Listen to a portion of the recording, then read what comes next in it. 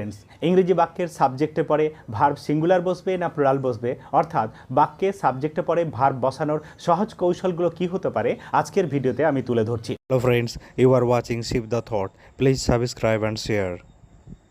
Friends, ইংরেজি বাক্যের সাবজেক্টে পরে ভার্ব সিঙ্গুলার বসবে না প্লুরাল বসবে, অর্থাৎ বাক্যে সাবজেক্টে পরে ভার্ব বসানোর সহজ কৌশলগুলো কি হতে পারে আজকের ভিডিওতে আমি তুলে ধরছি। বাক্যের সাবজেক্ট যদি সিঙ্গুলার হয় তাহলে সিঙ্গুলার ভার্ব বসবে, বাক্যের সাবজেক্ট যদি প্লুরাল হয় তাহলে প্লুরাল ভার্ব বসবে।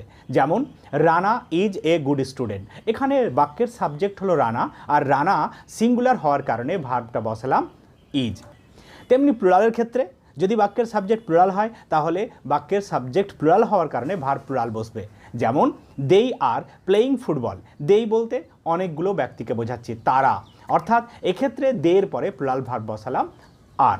আরও ভিডিও পেতে লাইক করুন, শেয়ার করুন, সাবস্ক্রাইব করুন। Thank you.